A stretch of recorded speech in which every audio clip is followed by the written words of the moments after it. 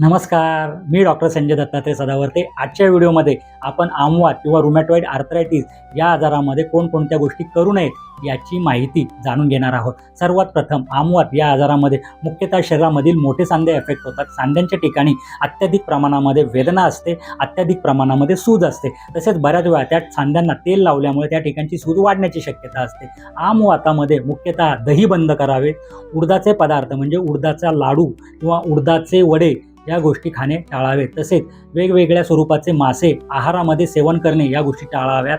तसेच दुपारी जेवणानंतर लगेच झोपणे आणि रात्री उशिरापर्यंत जागरण करणे या गोष्टी टाळाव्यात। तसेच म्हशीचे दूध सेवन करणे किंवा गुळाचा अत्याधिक प्रमाणामध्ये आहारामध्ये समावेश करणे या गोष्टी देखील टाळाव्यात। तसेच आयुर्वेदामध्ये 13 प्रकारचे अधारणीय वेग सांगितलेले आहेत, त्यामुळे अशा अधारणीय वेगांचे धारण करू नयेत। उदाहरणार्थ मल याची संवेदना झाली असतात मलप्रवृत्ती करावे, किंवा मूत्राची संवेदना झाली असता मूत्रप्रवृत्ती करावी। तसेच शिंक आली असता ती अडवू नये, तर या अधारणीय वेगांचे धारण कधीही करू नये। तसेच आयुर्वेदानुसार साधे पाणी हे परियुषित जल म्हणून वर्णन केलेले आहे किंवा शिळे पाणी म्हणून वर्णन केलेले आहे। अशा वेळेस साध्या पाण्यामध्ये सुंठ चूर्ण टाकावे, ते पाणी उकळवावे आणि असे सुंठ सिद्ध जल दिवसभरातून सेवन करावे। अशा केल्यामुळे तुमचा आमवात हा आजार पूर्णपणे आटोक्यात राहू शकतो आणि त्याच्याबरोबर जवळच्या तज्ज्ञ आयुर्वेदिक वैद्यांच्या दवाखान्यामध्ये जाऊन आयुर्वेदिक औषधे सुरू करावीत आणि आयुर्वेदामधील बस्ती उपक्रम हा करून घेतल्यामुळे आमवात हा आजार पूर्णपणे कमी होऊ शकतो।